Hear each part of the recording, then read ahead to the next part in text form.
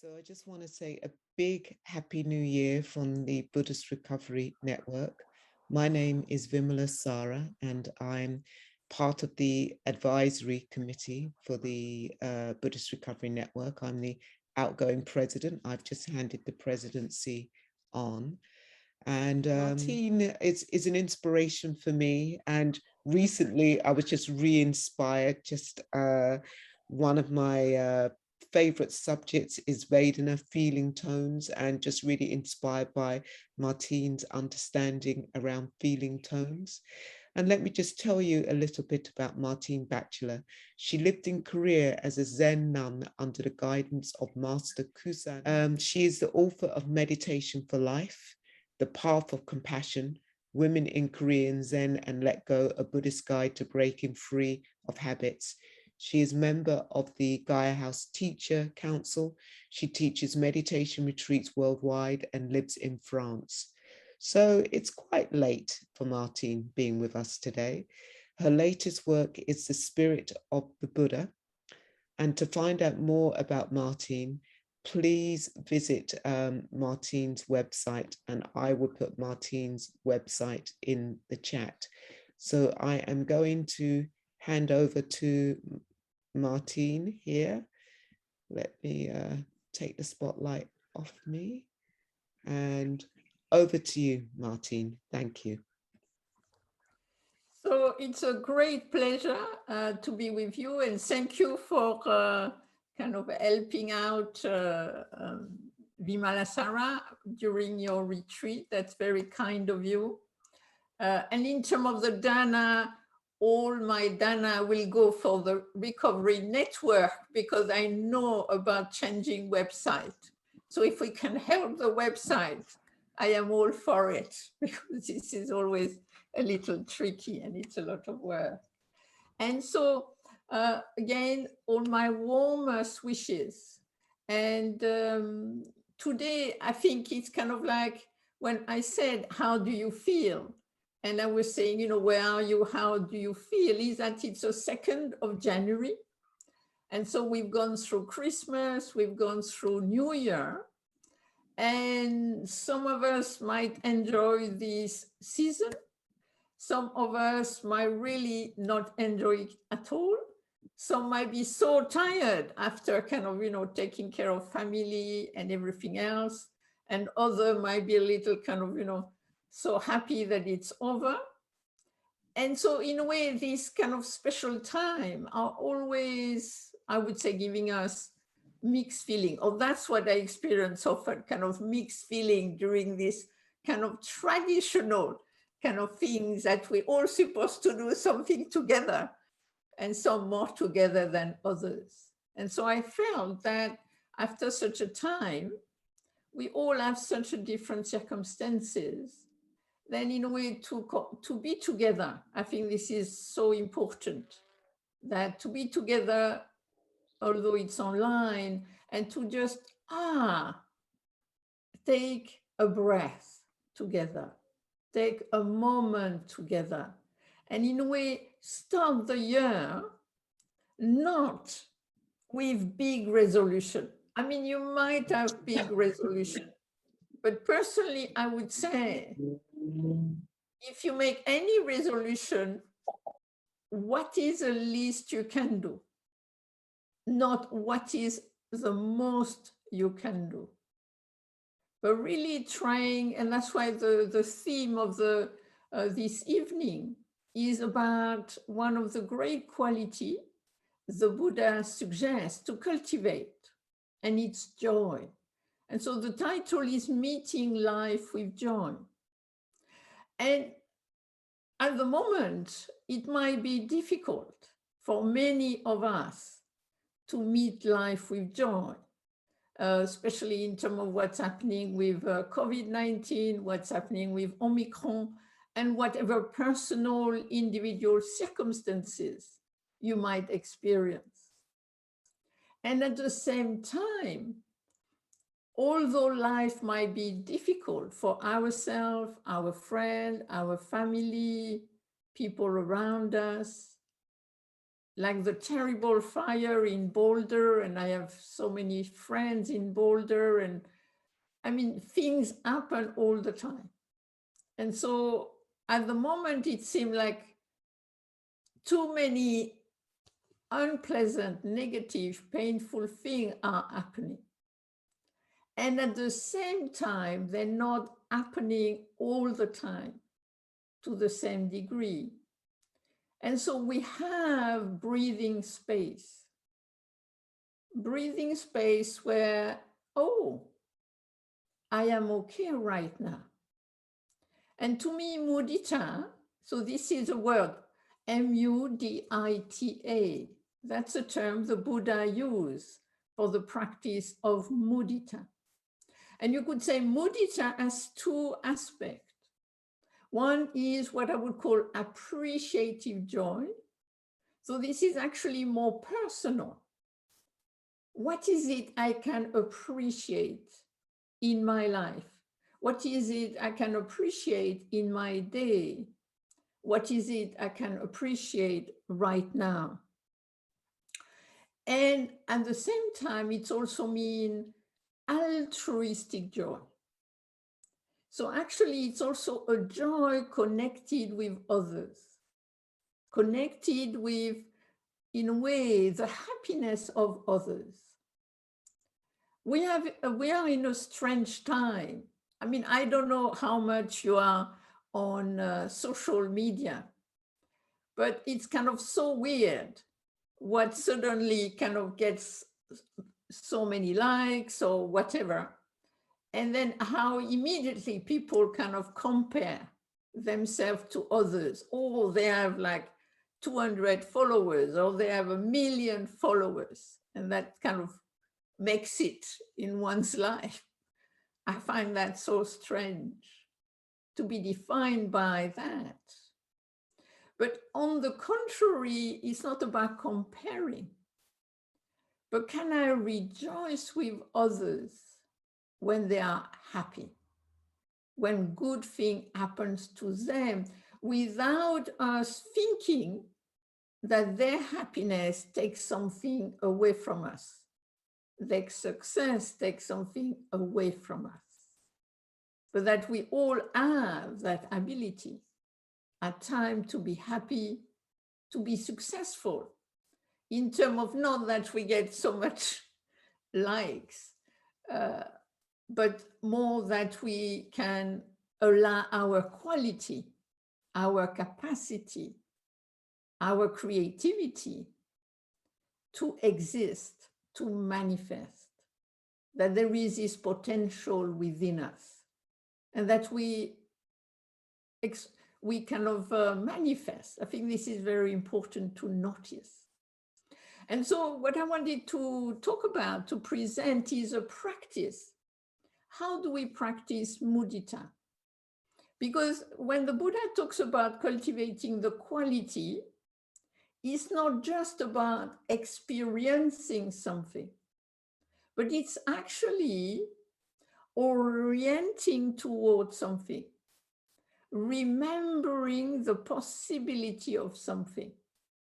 So in a way, it's saying, like, if we take joy, it's saying joy is possible. Joy is a capacity I have. It's something I can experience. And actually, I can consciously, intentionally turn towards it. And this is, I would say, also very much connected, as Vimarasara pointed out, with the tonality. And I would say mudita, joy, is associated with pleasant tonality. It doesn't mean we always need to experience pleasant tonality, but it needs to balance when we experience unpleasant tonality. And so it's kind of recognizing. There was this wonderful story from somebody once wrote to me. And he said, oh, I wanted to share this with you because I follow your teaching and I've read your books. And I was very depressed for many years. And then I heard about haikus, which are 3-line short Asian poems. And suddenly he had this creative moment where he thought, oh, let me create haikus. And so then, instead of being kind of in a way stuck in his unpleasant tonality of this kind of being weighed down very darkly, he started to make his creativity, his orientation toward every day he would sit half an hour in nature and observe nature and then write his 3-line poem on something in nature. That it be a flower, that it be a bird, that it be an insect, whatever it was. And so what he was sending me was kind of a little book of all his haikus. And he said that practice totally changed the way he felt. And what he recognized is that it helped him to be with himself, but in a much more open and spacious way. So it was not just a feeling he had, but it could actually be more than just this heavy feeling. By observing and by being more connected, by in a way rejoicing in nature, by connecting with nature. And that actually really changed his mood. And it was kind of for him a very revelatory practice. And for me, that was actually a practice of mudita, of joy, of instead of being really burdened, which of course happens, to see that, yes, I am burdened, but I am not just that. I can also look outside and be touched and be joyfully touched by what I see. And from that is all creativity, bringing some joyfulness. And so in terms of the practice, what you can do is actually, you can recite 3 sentences, 3 phrases. And so I will suggest some phrases. And during the guided meditation, we'll do a short guided meditation. I will use the phrases. And so this is the phrases. I'm also going to write them in the chat. And so the first one is appreciating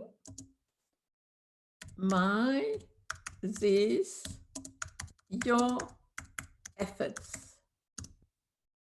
Oh, sorry, there is a little kind of I will write the phrases for you, Martine. Okay, this has become funny. The next one is rejoicing in your happiness or success or understanding. And then the last one is in a way being grateful for your existence or your potential. And so why I am using kind of these 3 verbs, appreciating, rejoicing, being grateful. And I think appreciating is to really bring us to experience. And why appreciating your effort is because often we equate effort with effect. And we think if I don't have the effect, I did not put in the effort. And so I am not good because I am not disciplined or because of this, that, or another. But personally, I would say at any given time, generally people do the best they can, considering the condition. So we should appreciate our efforts, even if there is no effect or little effect.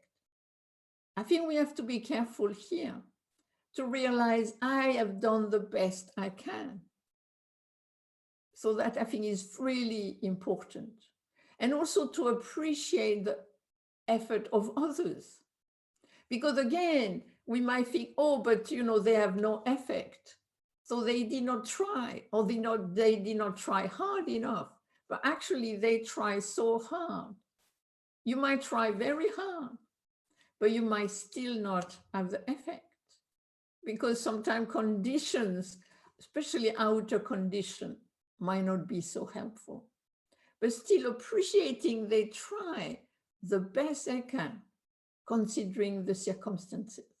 And I think that's what also happened with addiction or with sticky patterns, is that at times we can really go beyond them and we're not stuck in them.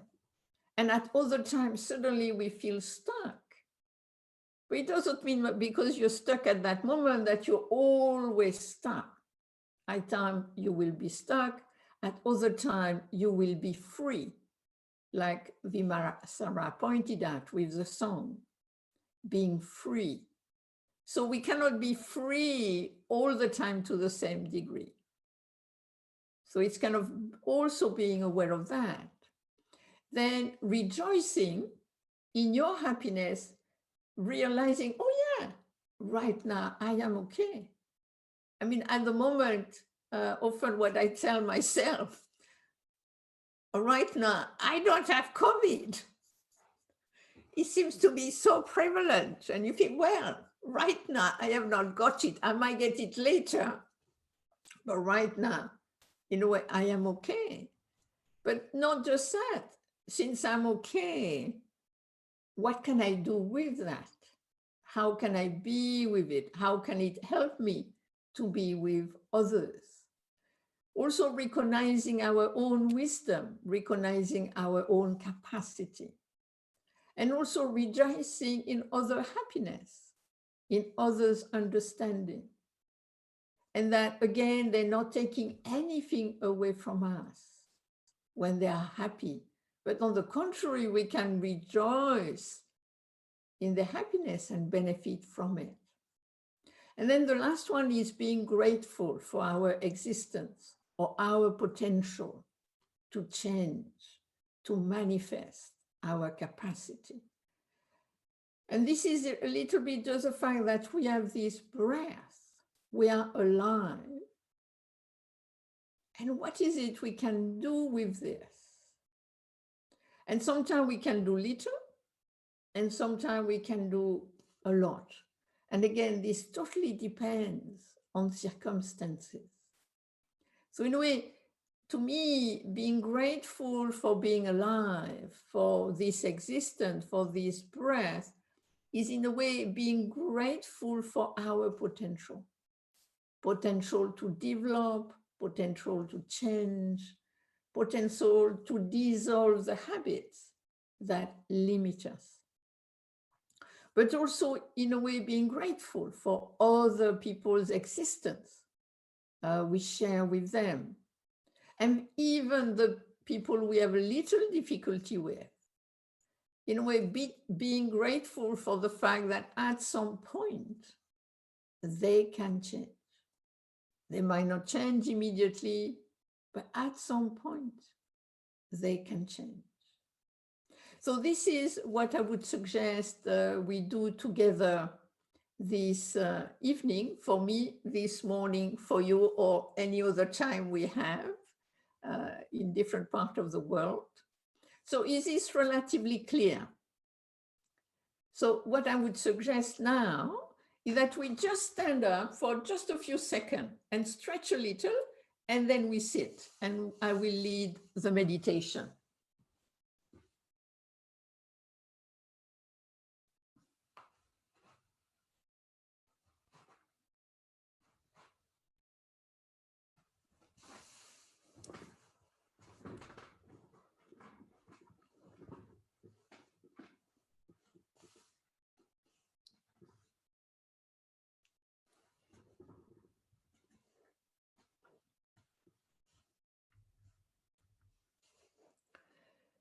So if we find a comfortable posture, so again, you can be sitting, you can be lying down, you can be standing, whatever works for you.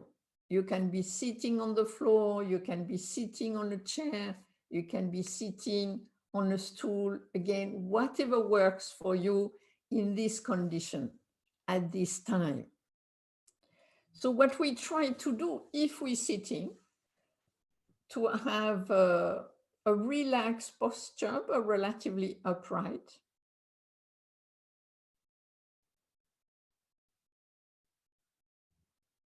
we try to find a physical posture where we feel grounded, stable like a mountain, but also open and vast like the ocean.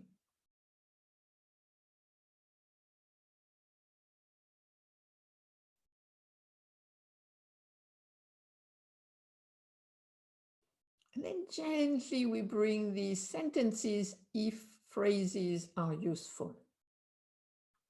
And so we can just repeat one of the phrase or the three. So appreciating my efforts right now.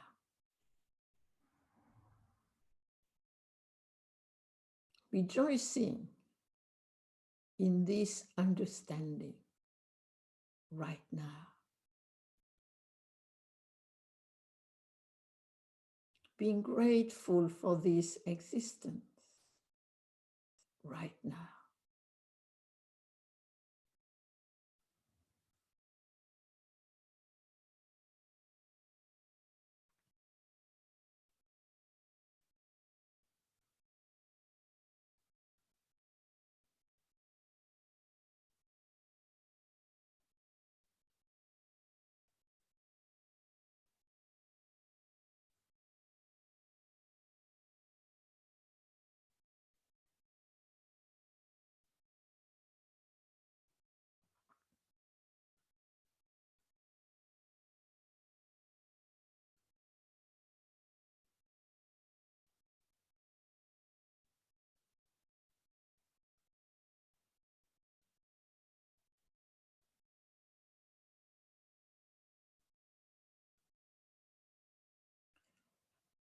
If phrases are not so suitable for us, we can connect to our experience. What is it I can appreciate right now? What is it I can rejoice in right now? What is it I can be grateful for right now?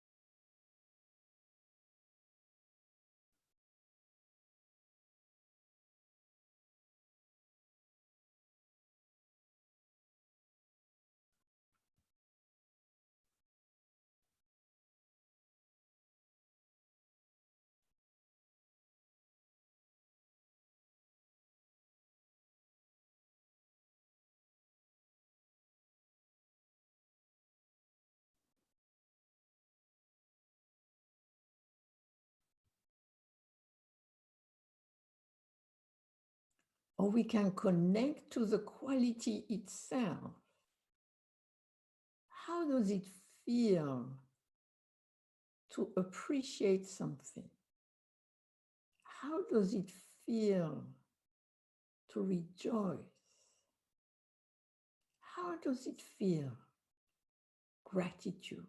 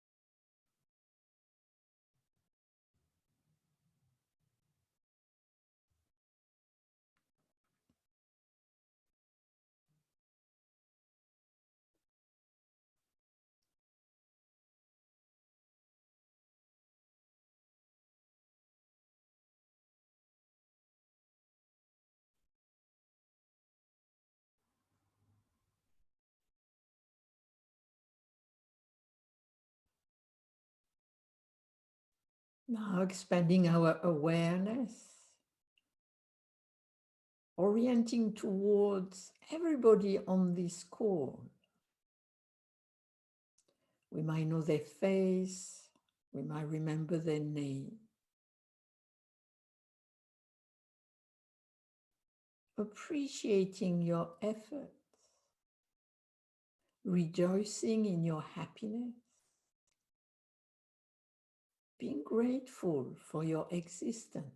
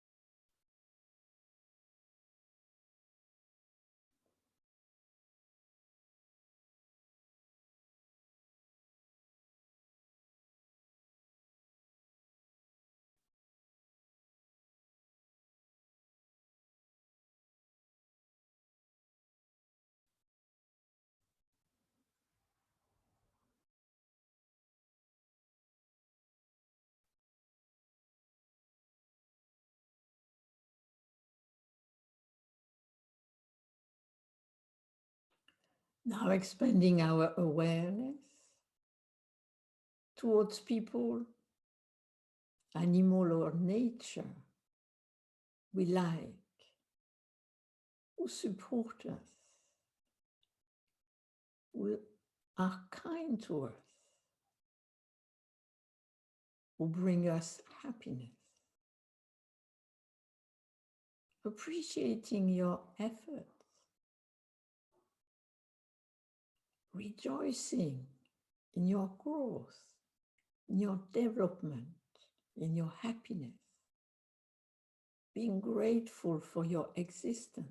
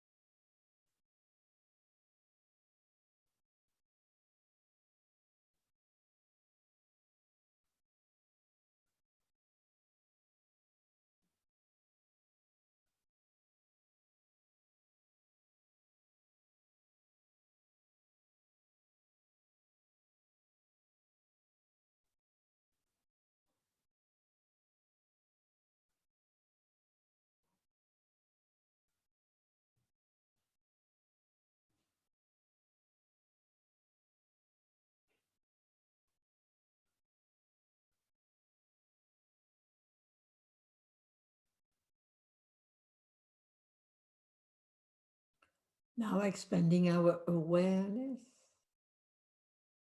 to people we don't know, but who are actually essential to our survival,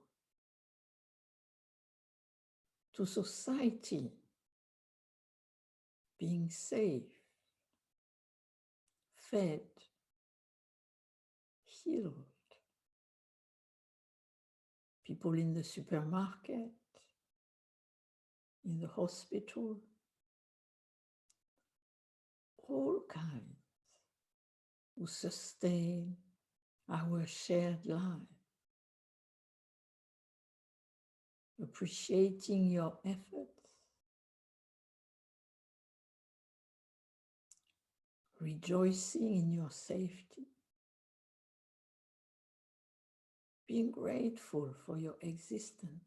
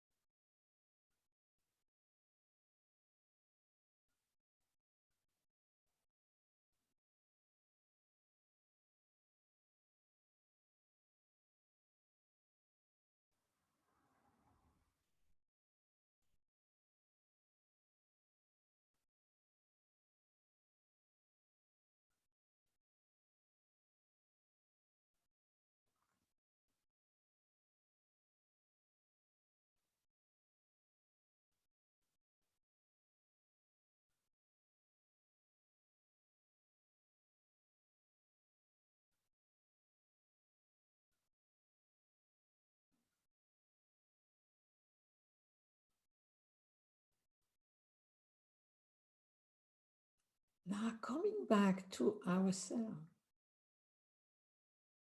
coming back to the breath. We share the same air through the breath with everything that lives. Being aware of the breath, appreciating this breath, rejoicing in this breath, being grateful for this breath.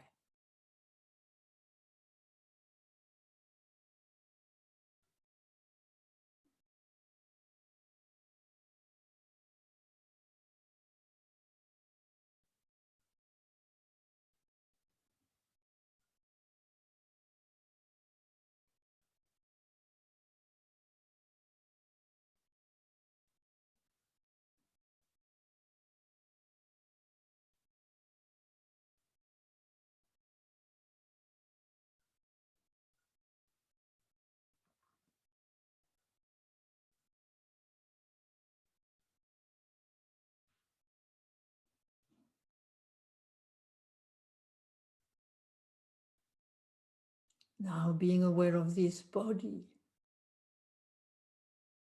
constituted of all these parts working together,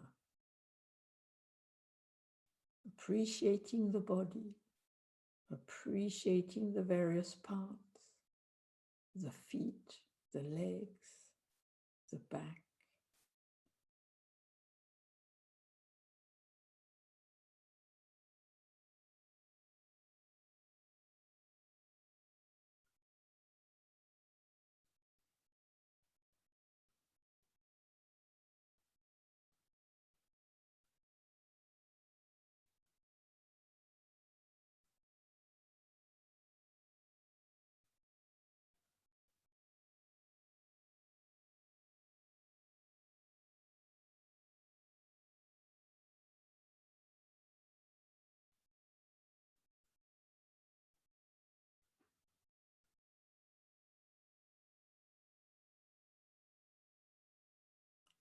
Appreciating that we can think, But we can also let the thought go.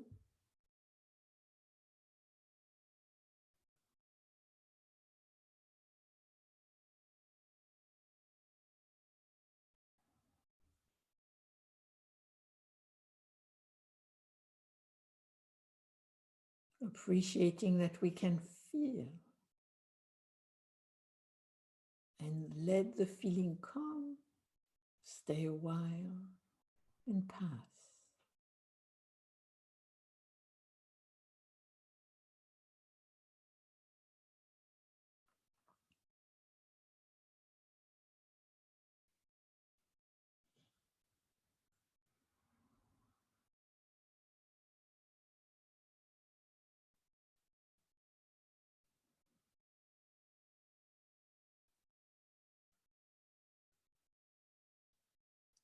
Appreciating that we can hear, speak, and connect with others.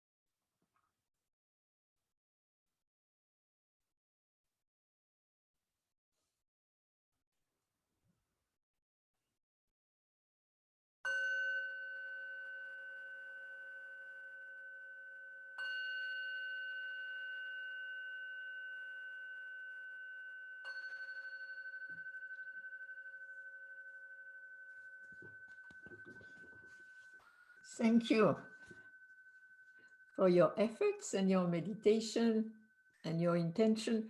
And so now we have a little time for a discussion. So if you have any question or if you have any comments, so either you write them in the chat or you can unmute you can raise your hand if you know how to do it with the technical thing, you can do that, or if you do it with your hand, and then you can unmute yourself and ask your question directly. So whatever seems to be more fitting for you. Just to say that if you want to be in dialogue with Martine, I'm going to pause the recording. So this recording isn't saved. So just to let you know that. So if you raise. The four qualities are important to practice in terms of you have loving kindness, you have compassion, you have appreciative, altruistic joy, and then you have equanimity. So in a way, it's kind of quality that we have already ourselves, but we can cultivate more. And in a way, the more we cultivate it, the more likely we're going to manifest it. That's what is interesting with intention and orientation. For me, mudita, I think, is important in terms of, first, the Buddha said it's an antidote to envy. I also think it's an antidote to comparing mind. And it's interesting, often we compare thinking, oh, they have it better than us. And I have a worse thing and they're better than me. They're in a better situation. And I think mudita, appreciative joy, help us to see, first, we don't know really the situation with the person. We might think they have something better, but actually they might have some other very difficult thing in their life. And looking at our life, what is in our life? I had a friend who was a meditation teacher, and she went to do a month's retreat just on this quality. And she said before she started the retreat, she kept complaining and my life is not working, everybody has such better lives than me and things like that. And at the end of the month's retreat on mudita, suddenly she realized all the good things that she had in her life and all the good quality she also had. So it was kind of like shifting, one could say, for unpleasant tonality to pleasant tonality, and through that, actually balancing the two.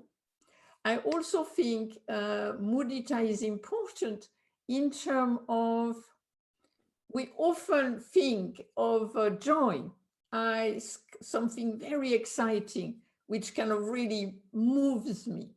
And I think of mudita as showing us there is a whole range of pleasant tonality, from very small pleasure to seeing a bird, from having something which really works and we're so happy that it works.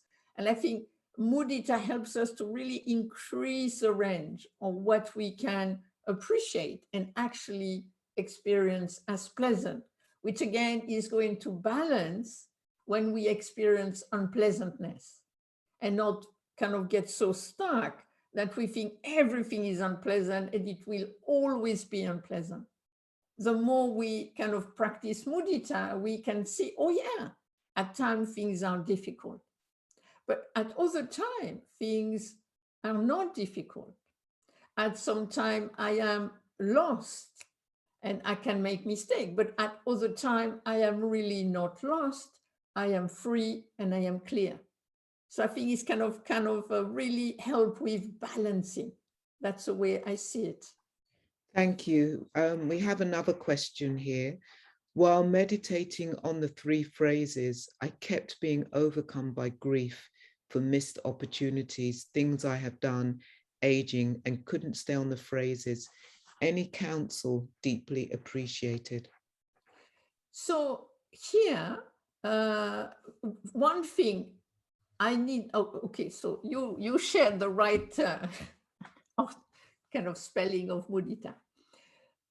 The thing with the quality is that the quality, like when we do mindfulness of the breath or mindfulness of the body or any other meditation, those meditation generally helps us to calm.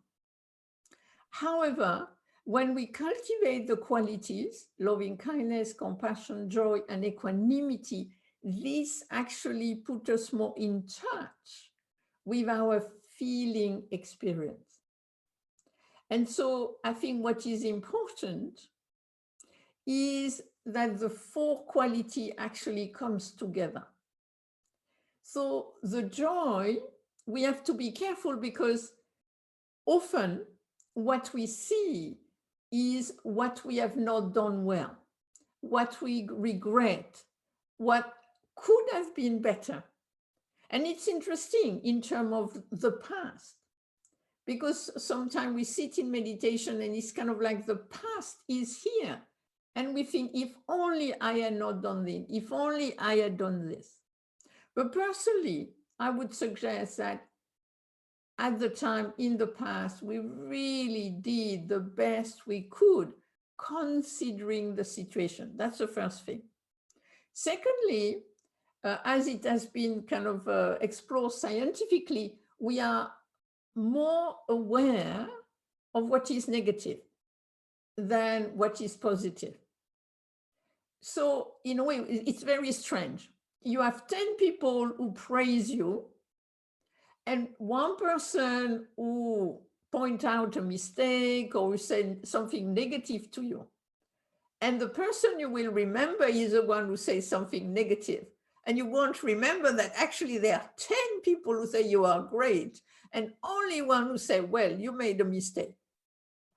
So we are kind of acutely sensitive to unpleasant. And because we are acutely sensitive to unpleasant, that's what we're going to remember. And so personally, I think mudita sometimes would be helpful to remember in the present, of course. What is it I can appreciate right now? What am I doing well right now? Because, of course, I am old, but I would say I am not dead yet. So my intention being from a young age to cultivate and manifest wisdom and compassion personally, although I am 68, I think I can still try to the best of my ability according to circumstances to cultivate wisdom and compassion. But it doesn't mean I have always done it 100%. No, at times I kind of was lost like everybody. And at other time, I can have quite a nice wisdom and compassion, but not all the time to the same degree. And sometimes you really kind of, you're angry or you're lost, or you say something you did not want to say to that person, or you behave in a way you think, oh, why I did this? And I missed it and I misunderstand it. But it doesn't mean that you always missed it, misunderstand it. But of course, if we have made a mistake and we have hurt others, this is heavy on our heart. But what can recomfort us is that we have seen it and we're not going to do it again, or try not to do it again. To me, this is what is so important about noticing that I might have done this in the past. I am not doing it anymore. Or I am not doing it to the same degree. I am not doing it as long. So this is really important to see. Something can really go and you can rejoice. I am not doing this anymore. This is so good. I'm not doing this anymore. And other thing, you can rejoice that before I did it for a week, now I do it for a minute. That I think is a great improvement. So in a way, really appreciating the change and the fact that there can be further change. But of course, when we start to do this practice, because it puts us in touch with our feeling, we have to be careful of not going too much backward. So appreciating, yes, I might have made mistake, but if I remember a mistake, I would nearly give you this practice. If you remember a mistake, can you remember at the same time or following something good you have done around the same time? Because very likely you have. But because of the kind of unbalance of our reactivity, we will generally remember what is bad and not remember what was good. And then remembering now that very likely you have developed, very likely through the practice of meditation, of mindfulness, of clarity, you actually, to some degree or a large degree, you have changed. So you might regret the past, but not all of it, I would say. And now you can be different. I think it's so important to see that. And that's why I thought mudita is so important. So organically, experientially, you can be in the good now, so that you're less, in a way, taken over by what was difficult or what was a mistake in the past. So it's kind of, again, it's bringing us back to now. Like the person with the haiku and just seeing a flower, in a way, maybe a year before, he could not see the flower. And he might not have even cared about that flower. But right now, he really saw the flower and it changed him. Martine, this is an excellent teaching, mudita. I mean, so often, you know, in the rooms of recovery, we focus on the metta, but there's just something about the mudita that you've brought out that so many people in recovery focus on that wreckage of the past, and it's like, oh my God, I've done so much. How can I get better? How can I heal? And you're reminding us that actually there are still things that we can have joy for. There's still things that we can appreciate. But I just want to see if we have one last question, because Robert, you had your hand up and you took it down. Robert, would you like to ask a question? we kind of arose in a certain milieu, we have certain experiences, and I would say a lot of the time, we take certain substances or do certain things because we are suffering.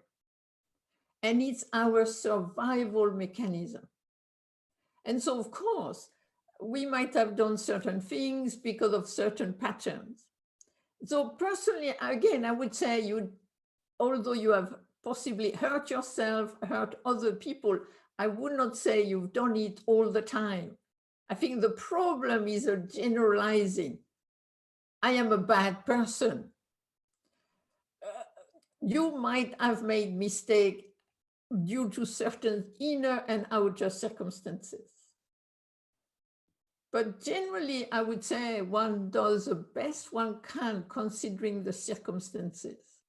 And I think possibly we put too much emphasis. That's what I talk about effort. We put too much emphasis on you should be able to sort yourself out regardless of any external circumstances. It is not so. I think personally, that's one of the great teaching of the Buddha. External circumstances are really tricky and are going to really influence us.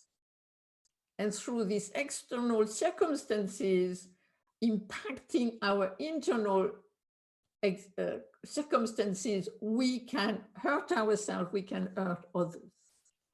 But we can also learn not to do that. If we put ourselves, if it's possible, in better outer circumstances, which also help the inner circumstances. And of course, meditation can also help that. So I think it's kind of like, yes, history. At one level, we have to accept the past. We have to accept the past. And at the same time, to see as much as I can, to the degree I can, I'm going to try not to repeat that past if I can help myself and help others. Again, according to circumstances. So maybe more of the time, I cannot repeat it. And then if again, circumstances are very intense, you might repeat it, but for a shorter time and with less intensity.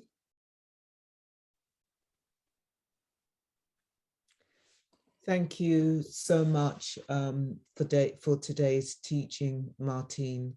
I just really hope all of us go away with the reminder of appreciation, rejoicing, and the gratitude, the generosity, and to remember to rejoice in our existence. I think that's what I would take away from us, is to rejoice in our existence. It can be so hard for us when we're in recovery not to rejoice in our existence and to appreciate the effort that we have made to come this far.